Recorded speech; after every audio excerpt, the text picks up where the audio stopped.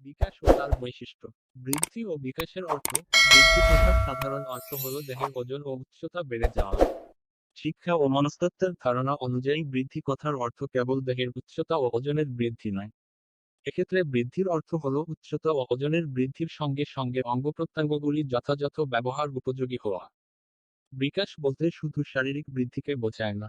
বিকাশ কথার মূল অর্থ হল কর্মদক্ষতা ও জ্ঞানের বৃদ্ধি পাওয়া। বৃদ্ধির বৈশিষ্ট্য, নীতি ও শিক্ষাগত তাৎপর্য। এক, বংশগতি ও পরিবেশের সঙ্গে অভিযোজনের ফলেই বৃদ্ধি ঘটে। অভিযোজনকে উৎসাহিত করবে, শিক্ষকের এমন পরিবেশ রচনা করা উচিত। দুই, বিভিন্ন বয়সে বৃদ্ধির হার বিভিন্ন হয়।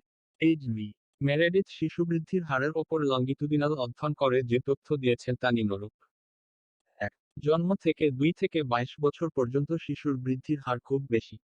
2.22 বছর থেকে বয়ঃসন্ধিকালের 2 বছর পূর্ব পর্যন্ত বৃদ্ধি হার হ্রাস পায়। 3, বয়ঃসন্ধিকালের 2 বছর পূর্ব থেকে বৃদ্ধির হার পুনরায় দ্রুত ঘটে। 4, বয়ঃসন্ধিক্ষণের পরে বৃদ্ধির হার ক্রমশ হ্রাস পায়।